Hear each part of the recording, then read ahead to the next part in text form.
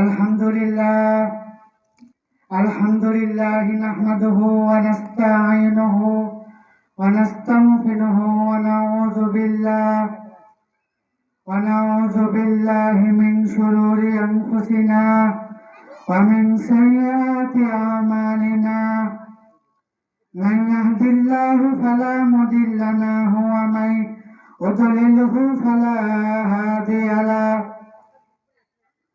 ونشهد أن لا إله إلا الله وحده لا شريك له ونشهد أن سيدنا وحبيبنا ومولانا محمدا عبده ورسوله الذي أرسله بالحق بشيرا ونذيرا وداعيا إلى الله بإذنه وسراجا منيرا فقد قال الله تعالى في كلامه المجيد وفي فرقانه الحميد أعوذ بالله من الشيطان الرجيم بسم الله الرحمن الرحيم إن الله يأمر بالعدل والإحسان وإيتاء ذي القربى وينهى عن الفحشاء والمنكر والبغي يعظكم لعلكم تذكرون إن الله وملائكته يصلون على النبي يا أيها الذين آمنوا صلوا عليه وسلموا تسليما আমার একটা স্বপ্ন পূরণ করো ও দয়াময়,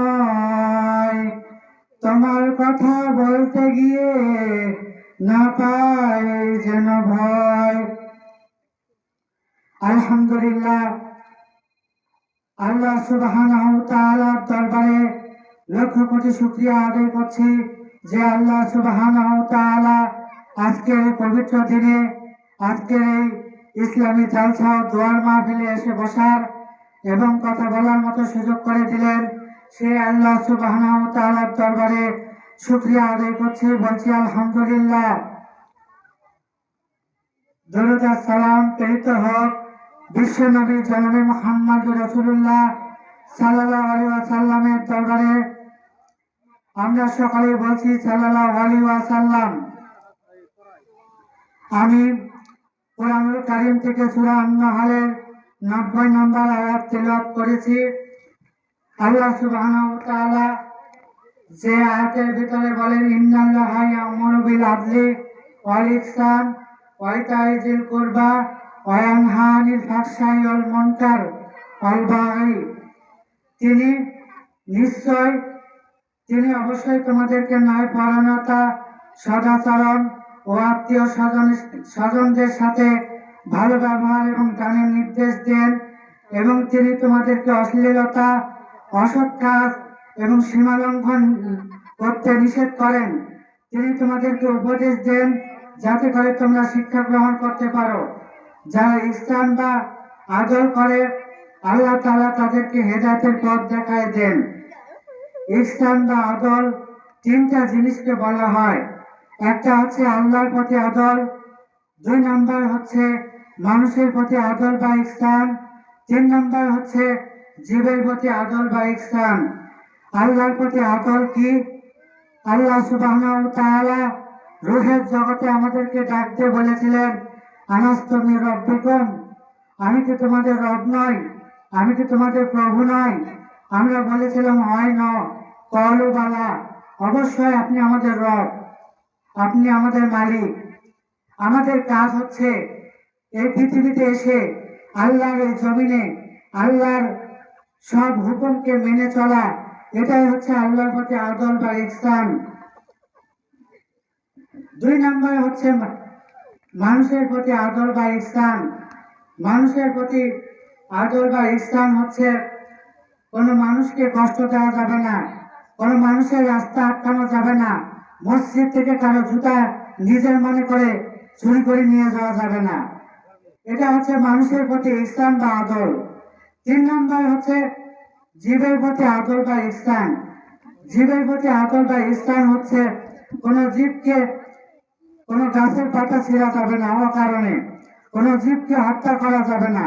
এটা হচ্ছে মানুষের, এটা হচ্ছে প্রাণীকুল তথা জীবের প্রতি আদর বা ইহসান। সূরা নাহলের 90 নম্বর আয়াত আকসাম ইবনে সাইতিকে কেন্দ্র করে নাজিল হয়েছিল। আকসাম ইবনে সাইতির তার কর্মচারীদেরকে বলল যে মক্কায় নাকি একজন নবী এসেছেন, বিশ্বনবী জনাবে মুহাম্মদ রাসূলুল্লাহ সাল্লাল্লাহু আলাইহি ওয়াসাল্লাম। তিনি এক ধর্মের দাওয়াত দিচ্ছেন, ইসলামের দাওয়াত দিচ্ছেন, যে তোমরা যাও তার কাছ থেকে গিয়ে শুনে আসো তো তার মিশনটা কি, তার কাজটা কি। আকসাম ইবনে সাইতি তার কর্মচারীদেরকে মুহাম্মদ সাল্লাল্লাহু আলাইহি ওয়াসাল্লামের দরবারে পাঠিয়ে দিলেন। আকসাম ইবনে সাইতির কর্মচারীরা গিয়ে মুহাম্মদ সাল্লাল্লাহু আলাইহি ওয়াসাল্লামের দরবারে গিয়ে বললেন যে মুহাম্মদ সাল্লাল্লাহু আলাইহি ওয়াসাল্লাম, আপনার মিশনটা কি, আপনার কাজটা কি। তখন মুহাম্মদ সাল্লাল্লাহু আলাইহি ওয়াসাল্লাম বললেন, সূরা আন-নাহলের 90 নম্বর আয়াত তিলাওয়াত করে শোনালেন। তখন আকসাম ইবনে সাইতির কর্মচারীরা ইসলাম কবুল করলেন, মুসলমান হয়ে গেলেন। এরপরে আকসাম ইবনে সাইতির কাছে যখন তারা আসলো, আকসাম ইবনে সাইতি জিজ্ঞাসা করলেন, তোমরা মুহাম্মদ সাল্লাল্লাহু আলাইহি ওয়াসাল্লামের দরবারে কি জানতে পারলে, তোমরা তার কাছে কি জানতে পারলে, কি পেলে। তখন আকসাম ইবনে সাইতিকে তার কর্মচারীরা সূরা আন-নাহলের 90 নম্বর আয়াত তিলাওয়াত করে শোনালেন। সূরা আন-নাহলের 90 নম্বর আয়াত তিলাওয়াত শুনে আকসাম ইবনে সাইতির ইসলাম কবুল করে নিল, ইসলাম কবুল করলো, কালেমা পড়ে নিল। সুতরাং এই আয়াতের ভিতরে কি আছে যা ব্যাখ্যা করা লাগে না, বিশ্লেষণ করা লাগে না। মক্কা লোকেরা তেলাওয়াত শোনা মাত্রই মুসলমান হয়, ইসলাম কবুল করে। আসুন আলোচনা একটু করি। জোনাকি পোকা মিটি মিটি আলো জ্বালিয়ে মনে করে গোটা সমাজটাই আলোকিত হয়ে গেছে। জোনাকি পোকা যখন রাতের আধারে চলাফেরা করে, তখন জোনাকি পোকা তার মিটি মিটি আলো দিয়ে মনে করে তাদের এই আলো দিয়ে গোটা সমাজটাই আলোকিত। আসলে গোটা সমাজটা আলোকিত না, অন্ধকারে নিমজ্জিত। এই কথা বলবার কারণ হচ্ছে জোনাকি পোকা তার আলো দিয়ে শুধু তার কাজটাই সারতে পারে, গোটা সমাজটাই আসলে অন্ধকার। এই পৃথিবীতে মানুষের তৈরি মতবাদ আর মতাদর্শ দিয়ে গোটা সমাজটা আলোকিত হতে পারে না, গোটা সমাজটাই আসলে অন্ধকারে নিমজ্জিত। এই গোটা সমাজটাকে আলোকিত করতে হলে যেমন দরকার আল কোরআনের বাণী, আল কোরআনের দরকার, আল কোরআনের সমাজ গঠনের দরকার। আমরা সে আল কোরআন থেকেই আলোচনা আমরা শুনতে এসেছি। যে সময় কোরআনুল কারীম নাজিল হচ্ছিল, সেই সময় তামাম পৃথিবীতে শুধু সুদ, ঘুষ, অন্যায়, অনাচার, জীবন্ত কন্যা সন্তানকে কবরস্থ করা সহ হাউজে লটারি গোটা সমাজে গ্রাস করে ফেলেছিল। পাপের সাগরে নিমজ্জিত ছিল গোটা সমাজটা। বিশ্বনবী জনাব মুহাম্মদ রাসূলুল্লাহ সাল্লাল্লাহু আলাইহি ওয়াসাল্লাম তদানীন্তন সময় কোরআনুল কারীম নামক আল্লাহ সুবহানাহু ওয়া তাআলা এক আলো জ্বালিয়ে গোটা পৃথিবীকে আলোকিত করলেন। আজকের বর্তমান সমাজের দিকে তাকালে দেখা যায়, গোটা পৃথিবীর দিকে তাকালে দেখা যায় সুদ, ঘুষ, অন্যায় আর অনাচারের তামাম পৃথিবীতে ছেয়ে গেছে। এই পৃথিবীতে যদি আমরা অন্যায় আর সুদ, ঘুষ, দুর্নীতি এসব দূর করতে চাই, তাহলে আল কোরআনের আলো ছাড়া আমাদের কোনো পথ নাই। এই আল কোরআনের পথ শুধুমাত্র আমাদের অন্ধকার সমাজকে এই দুর্নীতি যুক্ত সমাজকে দুর্নীতি মুক্ত করতে পারে, আলোকিত করতে পারে। সুতরাং আল্লাহর কোরআনের দরকার আছে। আল্লাহর কোরআন দিয়ে কেবলমাত্র এই পৃথিবীতে শান্তি আনা সম্ভব। যা সুস্থ থাকার জন্য যেমন অরিজিনাল খাবারের প্রয়োজন, অরিজিনাল খাবারের দরকার আছে, খেতে হবে। নকল খাবার খেলে যেমন শরীর সুস্থ থাকতে পারে না, ভালো থাকতে পারে না, ঠিক তেমনি মানুষের তৈরি মতদর্শ দিয়ে এই পৃথিবী আলোকিত হতে পারে না, গোটা সমাজটা শান্তি হতে পারে না। পৃথিবীতে শান্তি আনতে গেলে আল্লাহর কোরআনের দরকার আছে। সুতরাং কেউ যদি প্রশ্ন করে কি আছে এর ভিতরে, আমার আল্লাহ সুবহানাহু ওয়া তাআলা জানাই দিলেন, ওয়ালাকাদ জারাবনা লিন-নাসি হাযাল কুরআনি ফি কুল্লি মাসালিন লাআল্লাকুম ইয়াতাযাক্কারুন। আল্লাহ সুবহানাহু ওয়া তাআলা বলেন, মানব জীবন পরিচালনা করার জন্য যত কথা, যত বক্তব্য, যত দৃষ্টান্ত দরকার, আলোচনা, উপদেশ দরকার, সব আছে কোরআনুল কারীমের ভিতরে। কোরআনুল কারীমের ভিতরে সূরা আন-নাহল মুহাম্মদ সাল্লাল্লাহু আলাইহি ওয়াসাল্লাম মক্কার জিন্দেগিতে নাজিল হয়েছে। মোট আয়াত সংখ্যা হচ্ছে 128টা, রুকু হচ্ছে 16টা,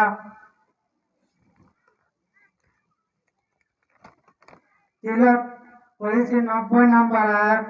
আল্লাহ সুবহানাহু ওয়া তাআলা বলেন, ইন্নাল্লাহা ইয়া'মুরু, এই আয়াতের ভিতরে বলেন, ইন্নাল্লাহা ইয়া'মুরু বিল আদলি ওয়াল ইহসান ওয়া ইতা'i যিল কুরবা ওয়া ইয়ানহা আনিল ফাহশাই ওয়াল মুনকার ওয়াল বাগি ইয়া'যুকুম লাআল্লাকুম তাযাক্কারুন।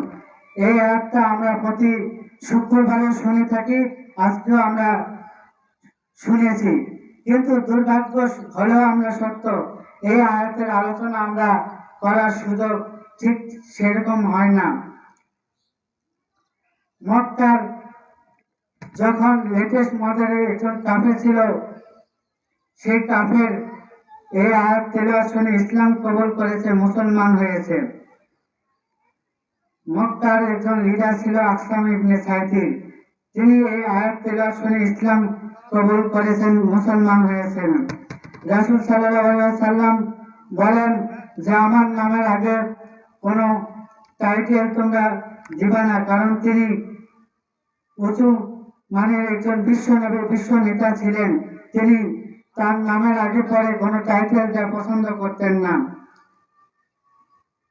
ইন্না, এই আয়াতে প্রথমে আল্লাহ বলেছেন ইন্না, নিশ্চয়, নিশ্চয় আল্লাহ ইয়া'মুরু, আদেশ দিচ্ছেন তিনটা, বিল আদলি, এর আদেশ দিচ্ছেন তিনটা জিনিসকে আদল বলা হয়। ন্যায়পরায়ণতা, ইনসাফ, ন্যায় বিচার, ন্যায় বিচার, এই তিনটাকে বলা হয় আদল। তোমাদেরকে আদলের আদেশ দিচ্ছেন। ওয়াল ইহসান, তিনটা জিনিসকে ইহসান বলা হয়। সদাচরণ, ব্যবহারটা ভালো করা, পরোপকার করা, ইহসানের আদেশ দিচ্ছেন। তারপরে আরো অনেক আলোচনা আছে। ওয়াইতা'i যিল কুরবা, এরপরে হচ্ছে রক্তের সম্পর্ক অটুট রাখা, রক্তের সম্পর্ক অটুট রাখা, আত্মীয় স্বজনদের সাথে ভালো সম্পর্ক বজায় রাখা, ভালো ব্যবহার রাখা, ভালো ব্যবহার করা, এই তিনটাকে বলা হয় ওয়াইতা'i যিল কুরবা। এই তিনটাকে বলা হয় আদেশ। ওয়ায়ানহা, নিষেধ করেছেন তিনটা। আনিল ফাহশা, অশ্লীলতা বন্ধ করে চলবে না। ওয়াল মুনকার, খারাপ কাজ, পাপ কাজ বন্ধ করে চলবে না। ওয়াল বাগি, সীমা লঙ্ঘন করো না, বাড়াবাড়ি করো না, অহংকার করা, মাতব্বরি করো না। তিনটা আদেশ, তিনটা নিষেধ করে আল্লাহ সুবহানাহু ওয়া তাআলা বললেন, ইয়া'যুকুম, আমি ওয়াজ করে দিলাম। ওয়াজ করে দিয়ে বললেন স্বয়ং আমার আল্লাহ। সুতরাং যারা ওয়াজের বিরোধিতা করেন তারা আমার আল্লাহর সাথে বিরোধিতা করেন। সুতরাং আমরা ওয়াজের সাথে বিরোধিতা করব না।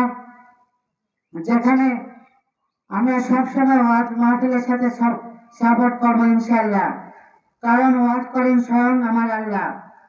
আমার আল্লাহ ওয়াজ করে দিয়ে বললেন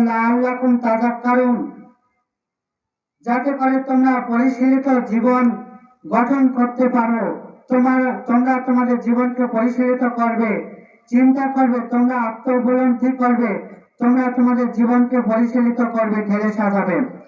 ছোটবেলায় এরপরে আমরা আস্তে আস্তে যখন বড় হলাম, আল্লাহ সুবহানাহু ওয়া তাআলা আমাদেরকে কত সুন্দর আকৃতিতে সৃষ্টি করলেন। আস্তে আস্তে যখন আমরা বড় হতে লাগলাম, আমাদের মুখে দাঁত ছিল না। আল্লাহ সুবহানাহু ওয়া তাআলা আমাদের মুখে দাঁত দিলেন। সেই দাঁতগুলো যখন পড়ে যায়, আমাদের এলাকাতে যখন দাঁত পড়ে যায়, আমরা নদীর ধারে গিয়ে বলতাম, আমার দাঁত তুই নে, তোর দাঁত আমাকে দে। ইঁদুরকে গিয়ে বলতাম। তো এই কথা যদি অন্য কারোর জন্য কবুল হয়ে যায়, তাহলে সে অন্যের সম্পদ, অন্যের জিনিস নিজের মনে করে নিজের বাড়িতে নিয়ে যাবে। কথা বলেন ঠিক কিনা? সুতরাং আল্লাহ সুবহানাহু ওয়া তাআলা আমাদের দুই সাইডের দাঁতগুলোকে হাতুড় মার্কা দাঁত হিসেবে দান করলেন। এরপরে ২,৫০০ মতো সাপ আল্লাহ সুবহানাহু ওয়া তাআলা আমাদের জিহ্বাকে দান করলেন, সেই জিহ্বাকে দিয়েছেন। এই জিহ্বা একটা দুর্বলকে দুর্বল ভাবা আসলে ঠিক নয়। এই জিহ্বা দিয়ে আসলে অনেক কিছুই আমরা করতে পারি।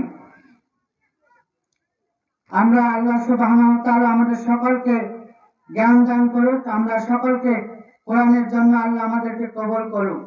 আল্লাহ সুবহানাহু ওয়া তাআলা আমাদেরকে সকলকে ইসলামের জন্য কবুল করুক। আল্লাহ আমাদের সকলকে জ্ঞান দান করুক। যদি আমাদেরকে কোরআনের হাদিসের ইসলামের দরকার কারো না হয়, তাদের জন্য দোয়া করা আমাদের জন্য প্রয়োজন আছে বলে আমরা মনে করি না। সুতরাং যে আল্লাহ আমাদেরকে চোখ দিলেন, হাত দিলেন, পা দিলেন, সে এত নিয়ামত দিলেন যে 10 বছর পর্যন্ত আল্লাহ আমাদেরকে এত নিয়ামত ভোগ করলাম।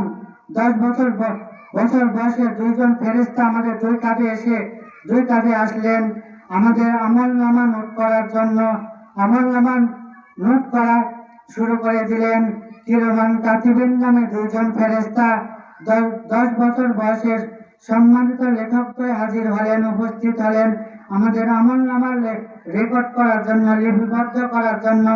এরপরে আল্লাহ সুবহানাহু ওয়া তাআলা বললেন, বান্দারে 10 বছর পর্যন্ত আমি তোর কাছ থেকে কোনো বিনিময় নিলাম না। এই সূর্যটাকে প্রতিদিন প্রতি সেকেন্ডে বিদ্যুৎ জ্বালাইতে খরচ হয় 30,000 কোটি ফরেনহাইট, মাত্র 2200 কোটি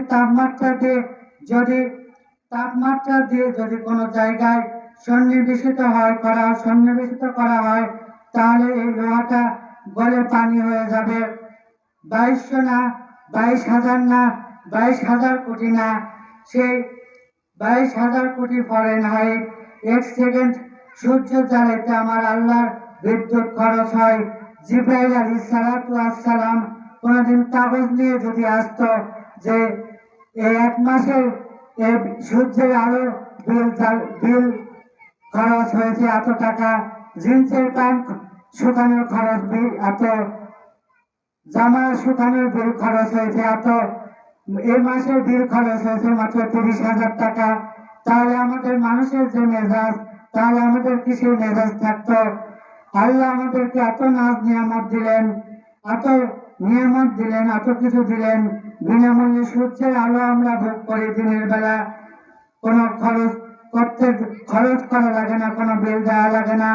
16 কেজি অক্সিজেন বিনামূল্যে আমরা প্রতিদিন ভোগ করি, কোনোদিন কোনো অক্সিজেনের বিল দেওয়া লাগলো না। কোনো নাজ নিয়ামত বান্দার জন্য দিয়ে বললেন, অলকদ কাররামনা বানি আদম। আমি আল্লাহ সুবহানাহু ওয়া তাআলা বান্দাকে বনি আদম শ্রেষ্ঠ মানুষ হিসেবে সৃষ্টি করেছি, পৃথিবীর ভিতরে আদম সন্তান হিসেবে প্রেরণ করেছি, আদম সন্তান হিসেবে মানুষ হিসেবে বানিয়েছি, শ্রেষ্ঠত্ব দান করেছি, সম্মানিত করেছি।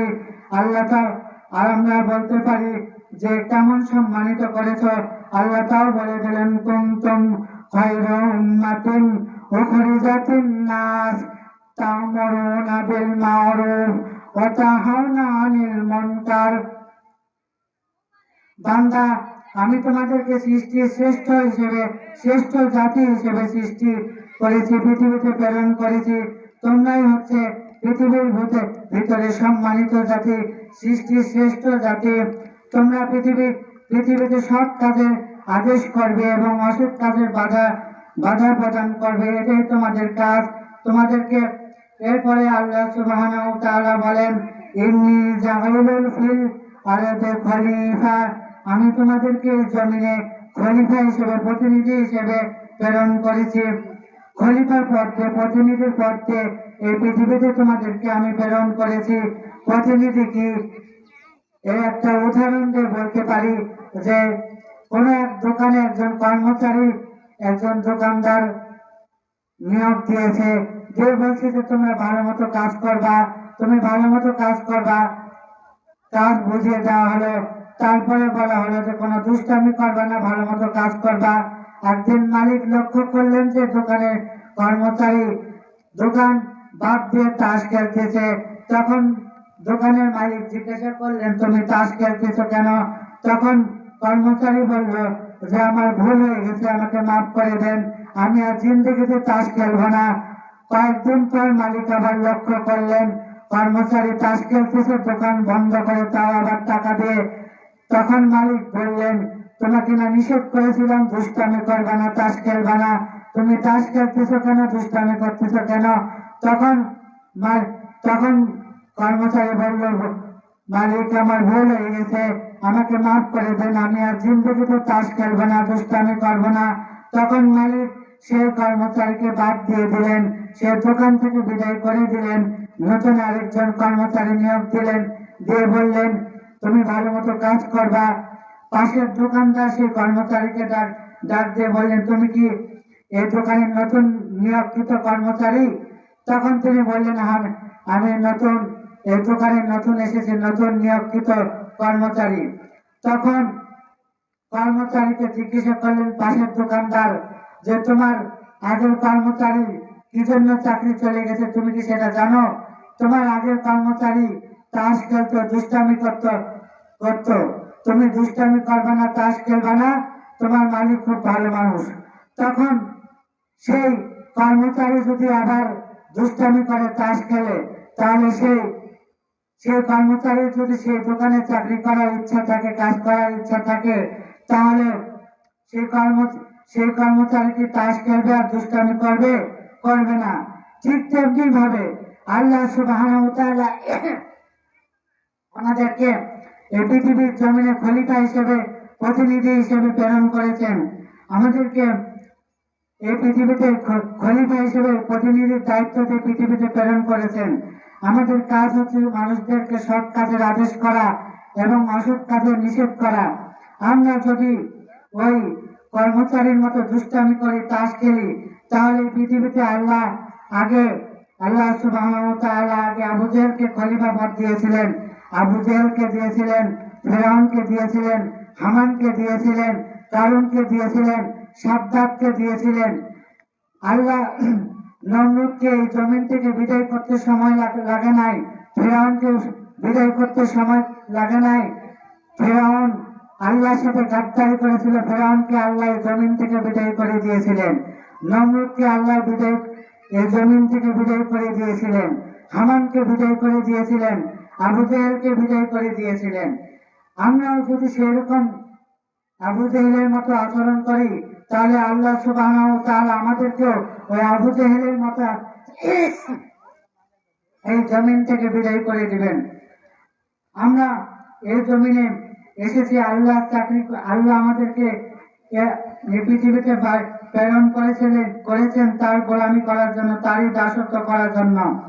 আল্লাহ সুবহানাহু ওয়া তাআলা বলেন তোমরা ফালিয়া উবুদু রাব্বা হাযাল বাইত, তোমরা কাবা ঘরের মালিকের ইবাদত করবে, তারই দাসত্ব করবে, তারই গোলামি করবে, তারই ইবাদত করো। আমরা বান্দা প্রশ্ন করতে পারে, আল্লাহ আমরা তোমার চাকরি তো করবো, তো আমাদের বেতন আছে নাকি? মানুষের তো চাকরি করলে বেতনের ব্যবস্থা থাকে, তো আমাদের কোনো বেতনের ব্যবস্থা আছে নাকি আল্লাহ? আল্লাহ সুবহানাহু ওয়া তাআলা বলেন, বান্দা বেতন নিয়ে কোনো টেনশন করে না, কোনো চিন্তা করে না। আল্লাহ সুবহানাহু ওয়া তাআলা তাও জানাই দিলেন, হুয়াল্লাযী খালাকা লাকুম মা ফিল আরদি জামিয়া। বান্দারে পৃথিবীতে যা কিছু দেখতে পাও আর না পাও সবকিছু আমি তোমাদের জন্য সৃষ্টি করেছি, সবকিছু আমি তোমাদের জন্য বেতন স্বরূপ সৃষ্টি করেছি। তখন মানুষ প্রশ্ন করতে পারে, আল্লাহ আমরা তোমার চাকরি করব, বেতন পাইলাম, ঠিক আছে, তবে চাকরির পরে মানুষের বোনাস পেনশনের ব্যবস্থা আছে, পেনশনের ব্যবস্থা থাকে, তো আমাদের জন্য কোনো পেনশনের ব্যবস্থা আছে নাকি আল্লাহ? আল্লাহ সুবহানাহু ওয়া তাআলা তাও জানাই দিলেন, পেনশন নিয়েও তোমরা চিন্তা করো না, টেনশন করো না। আল্লাহ জানাই দিলেন, ইন্নাল্লাযীনা আমানু ওয়া আমিলুস সালিহাতি কানাত লাহুম জান্নাতুল ফিরদাউসি নুজুলা। নিশ্চয় যারা আল্লাহর প্রতি ঈমান আনয়ন করবে, সৎ কাজ করবে, ভালো কাজ করবে, আমি আল্লাহ সুবহানাহু ওয়া তাআলা তাদের জন্য জান্নাতুল ফিরদাউসটা পেনশন স্বরূপ প্রস্তুত করে রেখেছি। বলেন সুবহানাল্লাহ। তাহলে এই বান্দারা যদি দুইটা কাজ করবে, এক আল্লাহর উপর ঈমান আনয়ন করবে এবং সৎ কাজ করবে, আল্লাহকে ভয় করার নীতি অবলম্বন করে চলবে, তাহলে আল্লাহ সুবহানাহু ওয়া তাআলা আমাদের জন্য জান্নাতুল ফেরদাউসটা আমাদের জন্য পেনশন স্বরূপ প্রস্তুত করে রেখে দিয়েছেন। আল্লাহ বলেছেন, তোমরা যদি এই জমিনে আমার হুকুমকে মেনে চলতে পারো, আমার উপরে ঈমান আনতে পারো এবং আমার উপরে যদি ঈমান আনতে পারো, আমাকে ভয় করার নীতি অবলম্বন করে চলতে পারো, তাহলে আসমান এবং জমিনের বরকতের দরজা সমূহ আমি আল্লাহ তোমাদের জন্য খুলে দেব। সৌদি আরব কিছুটা আল্লাহর হুকুমকে মেনে নিল, সেজন্য আল্লাহ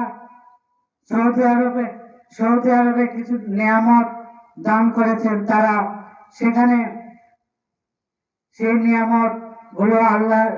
নিয়ামত তারা ভোগ করতেছে। আমাদের এই দেশে আল্লাহ সুবহানাহু ওয়া তাআলা অনেক খনিজ সম্পদ দিয়েছেন, আমরা শুধু সেই খনিজ সম্পদ তুলতে পারতেছি না। আমরা যদি আল্লাহর হুকুমকে মেনে নিতে পারতাম, আল্লাহর আইনকে মেনে চলতে পারতাম, আল্লাহকে ভয় করে চলতে পারতাম, ঈমান আনতে পারতাম, তাহলে আল্লাহ সুবহানাহু ওয়া তাআলা সেই খনিজ সম্পদকে আমাদের জন্য উন্মুক্ত করে দিতেন। সুতরাং আমাদেরকে আল্লাহর হুকুমকে মেনে চলতে হবে, তাহলে আল্লাহ সুবহানাহু ওয়া তাআলা আমাদেরকে সেই জান্নাতুল ফেরদাউসটা আমাদের জন্য পেনশন স্বরূপ প্রস্তুত করে রেখেছেন। আল্লাহর হুকুমকে আমাদের মেনে চলতে হবে, আল্লাহর আইনকে আমাদেরকে মেনে চলতে হবে। এটা হচ্ছে আল্লাহর প্রতি আদর, আল্লাহর প্রতি ইহসান। আমার দেশের মানুষগুলো বর্তমান সমাজে আল্লাহর ইবাদত মনে করতেছে, বর্তমান সমাজে নুরানি কায়দায় বলবো, বর্তমান সমাজে আল্লাহর হুকুম, আল্লাহর নিয়মকে মেনে চলতেছে, বর্তমান সমাজে ইবাদত মনে করতেছে নামাজ, রোজা, টুপি, জুব্বা আর জিকির আজকারকে ইসলাম মনে করে থাকে আমাদের দেশের মানুষগুলো। কিন্তু টুপি, জুব্বা আর ইসলাম, এর ভিতরে ইসলাম সীমাবদ্ধ নয়। ইসলাম বিশ্বনবী জনাব মুহাম্মদ রাসূলুল্লাহ সাল্লাল্লাহু আলাইহি ওয়াসাল্লাম যেমন টুপি পরেছিলেন, ঠিক তেমনি টুপি খুলে কাফনের কাফন পরে মক্কার ময়দানে 10,000 সাহাবীকে নিয়ে যখন গিয়েছিলেন, বিনা যুদ্ধে বিশ্বনবী জনাব মুহাম্মদ রাসূলুল্লাহ সাল্লাল্লাহু আলাইহি ওয়াসাল্লাম মক্কা বিজয় করেছিলেন। আমরা শুধু নামাজকে ইসলাম মনে করে থাকি, কিন্তু আমরা জানতাম না, আমরা বুঝি না, বোঝার চেষ্টা করি না যে 17 ওয়াক্ত নামাজ কেন বিশ্বনবী কাজা করে বিশ্বনবী মুহাম্মদ সাল্লাল্লাহু আলাইহি ওয়াসাল্লাম যুদ্ধের ময়দানে গেলেন। বিশ্বনবী, আমরা শুধু রোজাকে ইসলাম মনে করে থাকি, কিন্তু বিশ্বনবী কেন বললেন ফরজ রোজা বাদ দিয়ে বললেন, সাহাবাদেরকে বললেন যে আমি রোজা ত্যাগ করলাম, পানি পান করলাম, তোমরা রোজা ভঙ্গ করো, তোমাদের কাছে যা আছে পান করো, যুদ্ধের ময়দানে ঝাঁপাই পড়ে ইসলামকে বিজয় করতে হবে। সুতরাং টুপি জুপার ভিতরে ইসলাম মনে করলে হবে না।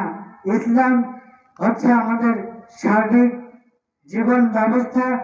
আমাদেরকে ইসলাম হচ্ছে সার্বিক জীবন ব্যবস্থা। বিশ্বনবী জনাবে মুহাম্মদ রাসূলুল্লাহ সাল্লাল্লাহু আলাইহি ওয়াসাল্লাম যখন মদিনাতে গেলেন, তিনটা গোত্রের সাথে নবীজি সন্ধি করলেন।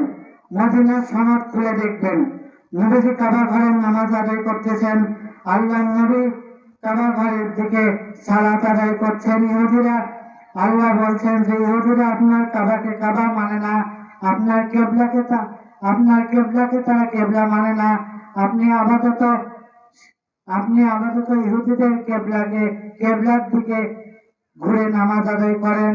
বিশ্বনবী 17 মাস সেই ইহুদিদের কেবলার দিকে মুখ করে সালাত আদায় করলেন।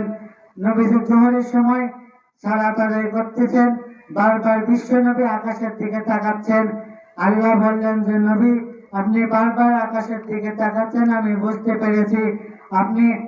আপনাকে ওই দিকে ঘুরে নামাজ পড়তে হবে না। আপনি কাবার দিকে 2 রাকাত নামাজ আদায় করেছেন, বাকি 2 রাকাত নামাজ কাবা ঘরের দিকে মুখ করে সালাত আদায় করেন, আপনার সালাত আদায় হয়ে যাবে। বিশ্বনবী কাবা ঘরের দিকে নামাজ আদায় করলেন, সাহাবীদেরকে নিয়ে সালাত আদায় করলেন। সেখানে 2 দিকে কেবলার একটা মসজিদ আছে, মসজিদটার নাম মসজিদের কেবলার তাইন। যারা যেখানে হজ করতে গিয়েছেন গেলেই দেখতে পাবেন। আল্লাহ সুবহানাহু ওয়া তাআলা আমাদেরকে সকলকে ইলম দান করুক। নবীজি 17 মাস নামাজ আদায় করলেন। এরপরে আমাদেরকে বুঝতে হবে কেন সালাত আদায় করলেন সেই দিকে মুখ ঘুরে। আমরা যেমন হজ করাকেই ইসলাম মনে করে থাকি, কিন্তু এর ভিতরে ইসলাম সীমাবদ্ধ নয়। আমাদেরকে ইসলাম সঠিকটা পরিপূর্ণ বুঝতে হবে, ইসলাম আমাদেরকে মেনে চলতে হবে। এক লোক রাস্তাতে যেতে যেতে ক্লান্ত হয়ে একটা গাছের নিচে বসলো। একটা বট গাছের নিচে বসলো। বট গাছের নিচে যখন বসলো, তখন বট গাছের উপরে 2টা পাখি বসা, একটা হচ্ছে কবুতর আর একটা হচ্ছে কাক। কবুতর বলল যে তুমি আরামে ঘুমাও, বিশ্রাম করো, তোমার চোখ মুখে রৌদ্র পড়তেছে, আমি তোমার চোখ মুখে ছায়া প্রদান করতেছি, তুমি আরামে বিশ্রাম করো, ঘুমাও, আরাম করো। তখন সেই কাক, যখন কবুতর ডানা মেলে ছায়া প্রদান করতেছে, কাক তখন মনে মনে চিন্তা করলো এটা তো শিকারও হতে পারে, ওর উপকার আমি করব। তখন কাক তার পথিকের নাক বরাবর, চেহারা বরাবর পায়খানা করে উড়ে চলে গেল। পথিক চাতুন পেয়ে উপরের দিকে তাকায় দেখেছে কবুতর ডানা মেলে আনন্দ করতেছে। তখন পথিক বলতেছে যে ওই কবুতর, তুমি আমার চোখে মুখে পায়খানা করে ডানা মেলে আনন্দ করছে, সেটা তো হতে পারে না। সুতরাং পথিক ইট ছুঁড়ে মারলো, কবুতরের দিকে ইট ছুঁড়ে মারলো। কবুতর ঝাপালাপা করতে করতে মারা গেল। এখানে অপরাধ করলো কাক, আর নিরপরাধ একটা কবুতর মার খাইলো নিরপরাধ কবুতর। ঠিক তেমনি বর্তমান সমাজের দিকে তাকান, দোষ করে আরেকজন আর মার খায় নিরপরাধ আলেমেরা। অথচ কোনো আলেমেরা জুয়া যাত্রার প্যান্ডেলের মালিক না, হুজুরেরা কোনো জেনা ব্যভিচার করে না, হুজুরেরা কোনো খারাপ কাজে যায় না।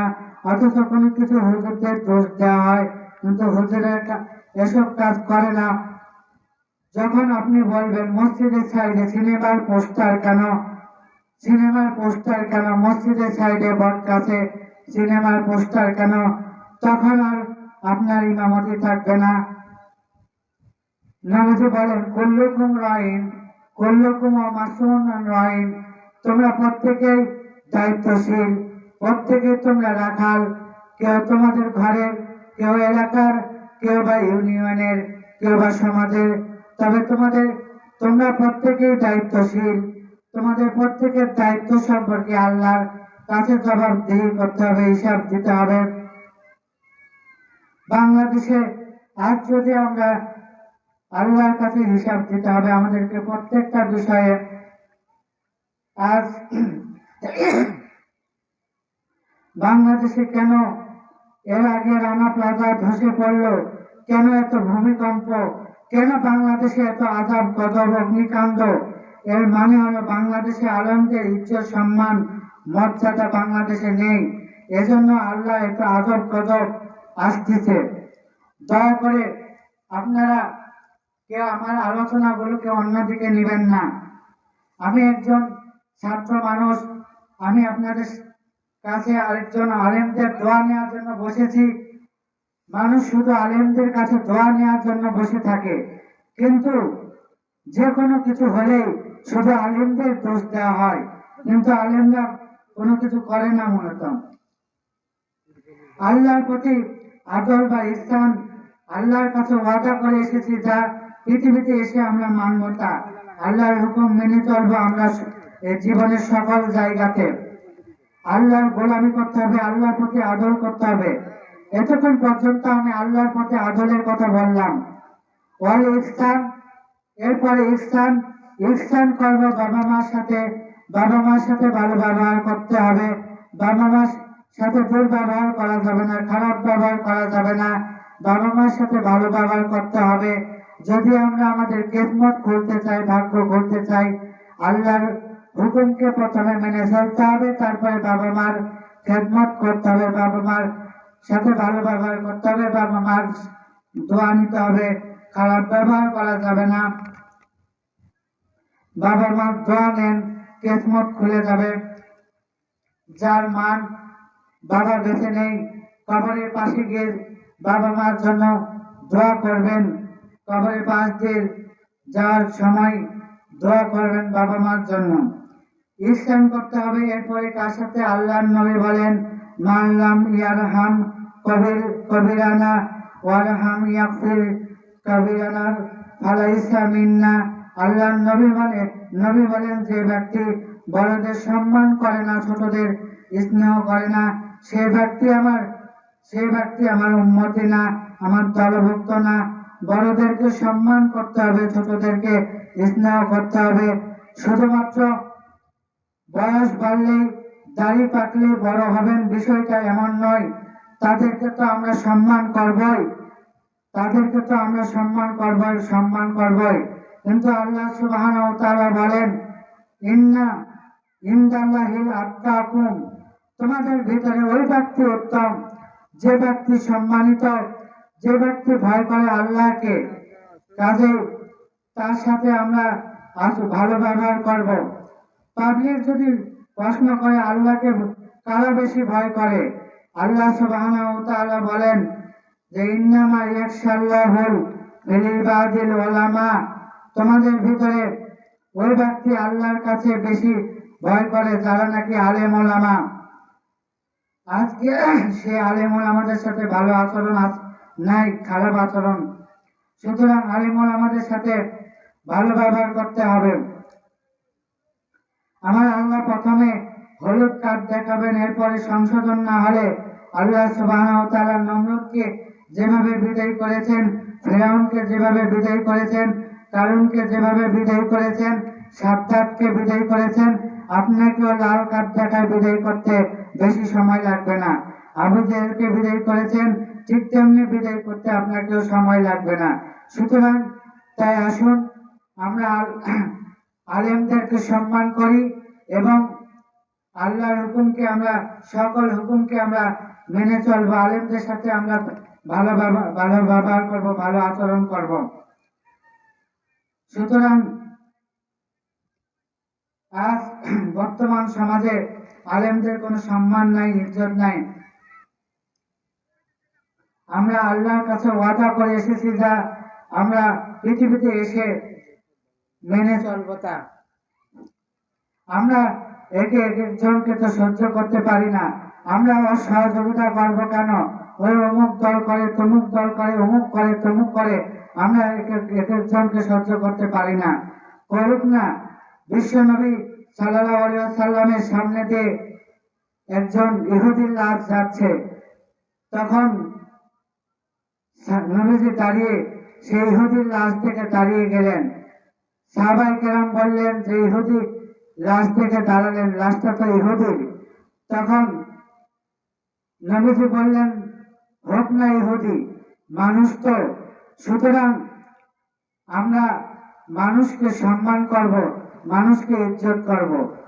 যে যেই করুক না কেন, মানুষ তো, মানুষকে আমরা মানুষ সম্মান করব। কখনো আমরা কাউকে ছোট করব না।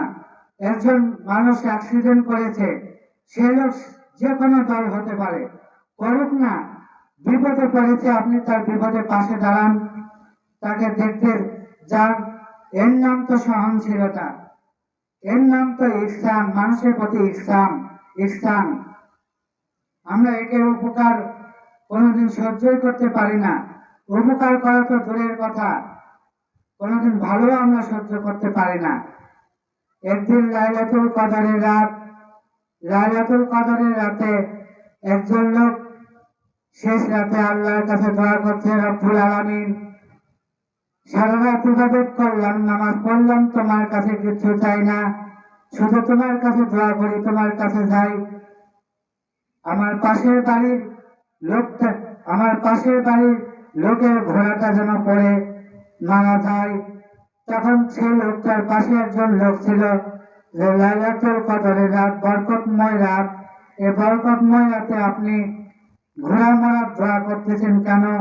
তখন সেই লোককে বললো যে কি বলবো, দুঃখের কথা। আমি যখন বিয়ে করতে যাব, সেই লোকটিকে বলেছিলাম, আমার বড় আশা ছিল, ইচ্ছা ছিল যে ঘোড়ায় চড়িয়া বিয়ে করতে যাব। আমি সেই লোকটিকে বলেছিলাম, আপনার ঘোড়াটা আমাকে দিবেন, বিয়ের দিনে নিয়ে যাব। কিন্তু বিয়ের দিনে দেখলাম সেই লোকটা ঘোড়াটা নিয়ে কোথায় যেন উধাও হয়ে গেছে, পালাই গেছে। সেজন্য আমি তার ঘোড়া মারার দোয়া করতেছি। ফজরের নামাজের পর সেই লোকটা যখন বাসায় আসলো, বাড়িতে এসে গিয়ে মাকে দেখতেছে, কাঁদতেছে। জিজ্ঞেস করলেন, মা, এ বরকতময় রাতে তুমি কাঁদো কেন? লাইলাতুল কদরের রাত, বরকতময় রাত, এ রাতে তুমি কাঁদতেছো কেন, কান্দা কেন? তখন মা বললেন, কি বলবো, দুঃখের কথা। আমাদের বাড়িতে যে একটা গাভী ছিল, বড় গাভী ছিল, অনেক দুধ দিত। যে দুধ বিক্রি করে আমাদের সংসার চলত। সকালবেলা গোয়ালে, গরুর গোয়ালে গিয়ে দেখি সেই গাভীটা লাফতে পড়ে মরে গেছে, তাই কাঁদতেছি। সুতরাং সেই লোকটি তখন মাথায় হাত দিয়ে বলতেছে, আল্লাহ, তুমি কি গায়ে আর ঘোড়া কিছুই চিনো না? দোয়া করলাম কি আর হইল কি আল্লাহ? দোয়া করলাম ঘোড়া মরার জন্য, আর মরল গাভী। তুমি কি গায়ে আর ঘোড়া কিছুই চিনো না? সুতরাং আমাদের হয়েছে এরকম অবস্থা, আমরা একজনের উপকার আমরা সহ্যই করতে পারি না। এরকম আমাদের মন মানসিকতা, যে একজন উপকার আমরা সহ্য করতে পারি না। ওর উপকার আমি করবো কেন, ওর উপকার আমি করবো কেন, অমুকে মাহফিল করবে, তার মাহফিলে আমরা সহযোগিতা করবো কেন? এরকম আমাদের মন মানসিকতা নয়। মানুষের প্রতি ইহসান করতে হবে, মানুষের প্রতি আদর করতে হবে। এটা হচ্ছে মানুষের প্রতি ইহসান, এটা হচ্ছে মানুষের প্রতি আদর। আমরা মানুষের পাশে দাঁড়াই, এর নাম সহনশীলতা, ইহসান। একটা আঙ্গুল দিয়ে আমরা যেমন কোনো কিছু করতে পারবো না, একটা আঙ্গুল দিয়ে যেমন একটা ঝাঁটা আমরা ধরতে পারবো না। একটা ঝাঁটা ধরতে গেলে 5টা আঙ্গুল দিয়ে তারপরে একটা ঝাঁটা ধরতে হবে। সেই ঝাঁটা দিয়ে বাড়ির ময়লা পরিষ্কার করা সম্ভব। ঠিক তেমনি আমরা এককভাবে গোটা সমাজকে পরিষ্কার করতে পারবো না। গোটা সমাজ অন্ধকারে নিমজ্জিত। গোটা সমাজকে পরিষ্কার করতে হলে আমাদেরকে একত্রিত হতে হবে, এক হয়ে 5টা আঙ্গুলের মতো এক হয়ে আমাদেরকে কাজ করতে হবে, আমাদেরকে ঐক্যবদ্ধ হতে হবে।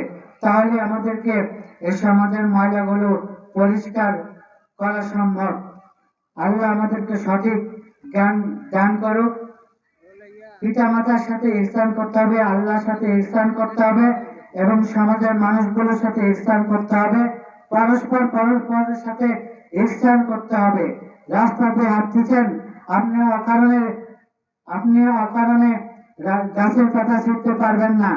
এর নাম হচ্ছে ইহসান। মসজিদ থেকে বের হবার সময় অন্যের জুতা নিজের মনে করে চুরি করা যাবে না। এটা কি হয় না? অনেক মসজিদে দেখেছি আমি, অনেক মসজিদে এরকম হয়, তাই বলছি। তাই মানুষের সাথে ইহসান করতে হবে। অন্যের জুতা চুরি করা যাবে না, নিজের মনে করে নিয়ে যাওয়া যাবে না। এর নাম হচ্ছে পরস্পরের সাথে আদর ইহসান। গাছের পাতাগুলো আল্লাহ জিকির করে। এদেশে কোনো আলেম অন্যায় ভাবে কোনো গাছের পাতা ছেড়ে না। মানুষ মারা তো দূরের কথা, অথচ আমাদের দেশে মানুষ মরলে শুধু আলেমদেরই দোষ দেওয়া হয়, কিন্তু আলেমরা এসব কাজ করে না। মূলত কোনো প্রাণী হত্যা করা যাবে না, গাছের পাতা ছেঁড়া যাবে না, এর নাম আদল। হাতে কোদাল আছে জন্য এমনিতেই মাটি খোঁড়া যাবে না, এর নাম আদল। পরস্পরের সাথে আদল ইহসান করতে হবে। পরস্পরের সাথে আদল ইহসান কাকে বলে আমরা একটু দেখি। আজিজ মিসেসের দিকে বাদশা আজিজের রাজ দরবারে দেখাশোনার কাজ করতেন ইউসুফ আলাইহিসসালাম রাজ দরবার দেখাশোনার কাজ করতেছেন। এমন সময় বাদশা আজিজ রাজ দরবারের কাজে বাইরে চলে গেছেন। এমন সময় আজিজ মিসেস ইউসুফ আলাইহিসসালাম তখন ইউসুফ আলাইহিসসালামকে ডাকলেন যে, ও ইউসুফ আলাইহিসসালাম, তুমি আমার রুমে আসো, তোমার সাথে কিছু কথা আছে। এরপরে রুমে নিয়ে গেলেন, কথাবার্তা বলতে বাইরের সব গেট ঘুরে লাগিয়ে দিলেন। এরপরে বললেন, তুমিও সুন্দর, আমিও সুন্দর, সুতরাং আসো আমরা প্রেম নিবেদন করব। তখন ইউসুফ আলাইহিসসালাম বলেন, ইত্তাকুল্লাহ, আমি আল্লাহকে ভয় করি, আমার পক্ষে সম্ভব নয়। তখন জুলাইখা বলল যে না, করতে হবে। ইউসুফ আলাইহিসসালাম বললেন না, আল্লাহর কাছে দোয়া করলেন, সাহায্য চাইলেন। তখন ইউসুফ আলাইহিসসালাম আল্লাহর কাছে সাহায্য চাইলেন। জিবরাইল আলাইহিসসালাম বললেন যে, এসে বললেন, ইউসুফ আলাইহিসসালাম, আল্লাহর পয়গম্বর, আপনি শুধু দরজায় গিয়ে ধাক্কা দিবেন, দরজা আপনি খুলে যাবে।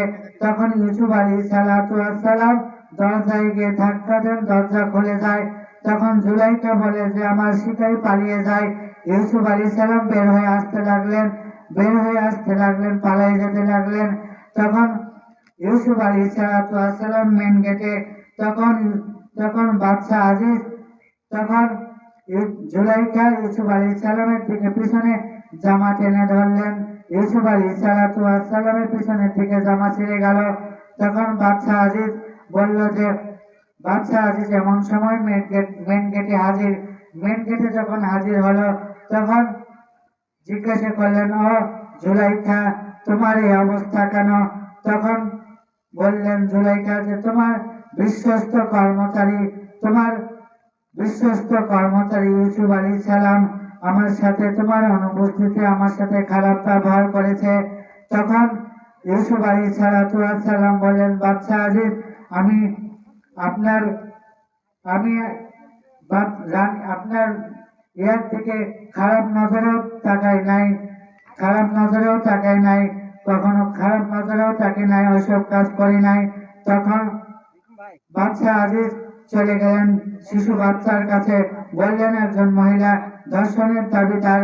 ইউসুফ আলাইহিসসালাম নির্দোষ দাবি করলেন, আমি কি করব?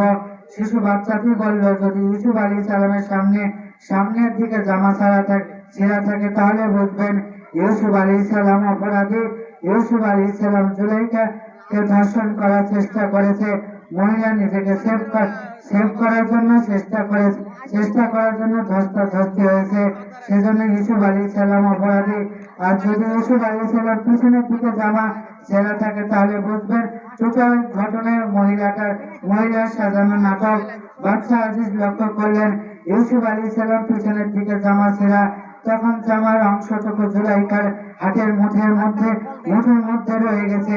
এরপরে ইউসুফ আলাইহিস সালাম 10 বছর জেল খাটলেন। এরপর খাদ্যমন্ত্রী, তারপরে রাষ্ট্রপ্রধান হয়েছিলেন ইউসুফ আলাইহিস সালাম। এরপরে অনেকে আমরা যখন মনে করে যিনি যখন চেয়ারে তিনি তখন গিয়ারে। সুতরাং সমাজে আদল করার দরকার আছে, ইসলাম করতে হবে, সমাজে ন্যায় বিচার করতে হবে। আদলের অধ্যায় হচ্ছে 3টা। আল্লাহর প্রতি আদল, আল্লাহর সাথে আদল। 2 নম্বর হচ্ছে সৃষ্টিকুলের প্রতি আদল বা ইহসান। 3 নম্বর হচ্ছে পারস্পরিক আদল বা ইহসান। এরপরে হচ্ছে ইতাই জিল কুরবা, রক্তের সম্পর্ক ছিন্নকারীরা জাহান্নামে যাবে। রক্তের সম্পর্ক রেহেম, আল্লাহকে বলল আমি রেহেম রক্তের সম্পর্ক। যারা রক্তের সম্পর্ক ছিন্নকারীদের কি হবে? যারা রক্তের সম্পন্ন ছিন্ন করবে তাদের কি হবে? যারা রক্তের সম্পন্ন ছিন্ন করবে, আল্লাহ বললেন যারা রক্তের সম্পর্ক ছিন্ন করবে তারা যেন আমি আল্লাহর সাথে সম্পর্ক ছিন্ন করলো। সুতরাং নিকটতম আত্মীয় স্বজনদের খোঁজ খবর নিতে হবে। নিকটতম আত্মীয় স্বজনদের সাথে সম্পর্ক বজায় রাখতে হবে। এটা হচ্ছে ইতাই জিল কুরবা। নিষেধ হচ্ছে 3টা। ফাহশা, অশ্লীলতা বন্ধ করে চলবে না। অশ্লীলতা শুধু আমাদের মতো হুজুরদের ওয়াজ দিয়ে অশ্লীলতা বন্ধ হবে না। একটা উদাহরণ দিলে বুঝতে পারবেন যে কূপের মধ্যে পচা বিড়াল রয়েছে। সেই কূপের থেকে যদি আমরা বালতি পানি তুলে ফেলে দিই, বালতি পানি তুলে ফেলে দিলে সেই কূপের থেকে যেমন পচা গন্ধ দূর হবে না। সেই পচা কূপ থেকে দুর্গন্ধ দূর করতে হলে আগে সেই কূপের থেকে মরা বিড়ালটা পচা বিড়ালটা আগে তুলে ফেলাই দিতে হবে, মাটির ভিতরে পুঁতে রাখতে হবে। তাহলে সেই কূপ থেকে সেখান থেকে দুর্গন্ধ দূর হবে। ঠিক তেমনি ভাবে এই সমাজ থেকে যদি আমরা দুর্নীতি, সুদ, ঘুষ, দুর্গন্ধ আমরা দূর করতে চাই তাহলে আমাদেরকে উপর থেকে আগে সুদ ঘুষ, দুর্নীতি, অন্যায় আগে দূর করতে হবে। তাহলে সমাজ থেকে জুলুম, অত্যাচার, দুর্নীতি, সুদ ঘুষ সব অটোমেটিক সব অশ্লীলতা বন্ধ হয়ে যাবে। আপনারা অশ্লীলতার কথা বলেন, মোবাইল ফোনের মধ্যে ব্লু ফিল্ম ঢুকাই দিয়েছিল কারা? সে ব্লু ফিল্ম ঢুকাই দিয়েছিল কি হুজুরেরা? আজ রাস্তায় হুজুর দেখতে পান, রাস্তায় যদি হুজুর যায় তার সাহেব দিয়ে লোক বলে যাচ্ছে। সাহেব দোকানে যদি কোনো দোকানে যদি হুজুরেরা খায় তখন জিজ্ঞাসা করে অনেকে আমাকে, আপনারা যেভাবে হাড় খান আপনাদের এলাকার কুকুরেও কি ওই হাড় পায়? আমি বলি আমাদের এলাকার কুকুরেরা হাড় খায় না, কি খায়? চা খায়। সুতরাং বর্তমান সমাজে হুজুরদেরকে ঠকানোর যে কত রকম বুদ্ধি, হুজুরদেরকে ঠকানো পৃথিবীর দুনিয়াতে যাবে না, হাসরে যাবে না, মিজানে যাবে না, উলসিরাতেও যাবে না। সুতরাং বর্তমান সমাজে অশ্লীলতার যে দূর আমরা দেখতে পান, অশ্লীলতা আমরা ছড়াই। অনেকে বলে হুজুরদের দেখতে টের পান। সমাজের ভিতরে অশ্লীলতা, অন্যায়, ব্যভিচার ছড়াই কারা? ঐশী নামক মেয়েটি সেদিন কোথায় থেকে তৈরি হয়েছিল? ঐশী নামক মেয়েটিকে কি তৈরি করেছিল হুজুরেরা? সেই মেয়েটি যখন তার বাবা মাকে হত্যা করে, সেই মেয়েটিকে যখন রিমান্ডে নেওয়া হয়েছিল, সেই মেয়েটি বলেছিল, মেয়েটিকে যখন জিজ্ঞাসাবাদ করা হয়েছিল তুমি তোমার বাবা মাকে কিভাবে হত্যা করেছিল, সেই মেয়েটি বলেছিল স্টার নামে একটা চ্যানেলের কথা বলেছিল। সেই চ্যানেল দেখে সে দেখেছিল যে কিভাবে একটা মানুষকে বাবা মাকে হত্যা করতে হয়, সেখান থেকে সে প্রশিক্ষণ নিয়ে সে তার বাবা মাকে হত্যা করেছিল। একটা মানুষের প্রশিক্ষণ না থাকলে সে কি তার বাবা মাকে এভাবে হত্যা করতে পারে? কোন আলেম মানুষকে এভাবে বাবা মাকে হত্যা করার কথা এভাবে এ ধরনের কোন শিক্ষা দেওয়া হয়? কোন আলেম দেখতে টের পান, কিন্তু সমাজে অশ্লীলতা ছড়ায় কারা? মোবাইলে অশ্লীলতা ছড়ায় কারা? মোবাইলে বিভিন্ন গান ডাউনলোড করার নাম দিয়ে বিভিন্ন ব্লু ফিল্ম, বিভিন্ন কিছু যে গেমস তুলে দেওয়া হয়, এসব ছড়ায় কারা? হুজুরেরা। সুতরাং আমাদেরকে সমাজ থেকে অন্যায় অশ্লীলতা দূর করতে হলে আমাদেরকে আগে সমাজ থেকে উপর লেভেল থেকে আগে অশ্লীলতা দূর করতে হবে। তাহলে আমাদের এই সমাজ থেকে অশ্লীলতা অন্যায় অনাচার দূর হয়ে যাবে। সুতরাং আমি সর্বশেষ একটি কথা বলতে চাই। আমি আমার আলোচনা সর্বশেষে একটি কথা দিয়ে আমি আমার আলোচনা শেষ করতে চাই। একটা গান আছে, ওই গাড়িয়াল ভাই, সেই গানটা যখন একটা লোক, আচ্ছা আমি আমার আলোচনা এখানে শেষ করছি। আসসালামু আলাইকুম ওয়া রাহমাতুল্লাহি ওয়া বারাকাতুহু। আমার জন্য দোয়া করবেন, আল্লাহ যদি কখনো সুযোগ হয় পরবর্তীতে আবার আলোচনা করবো ইনশাআল্লাহ।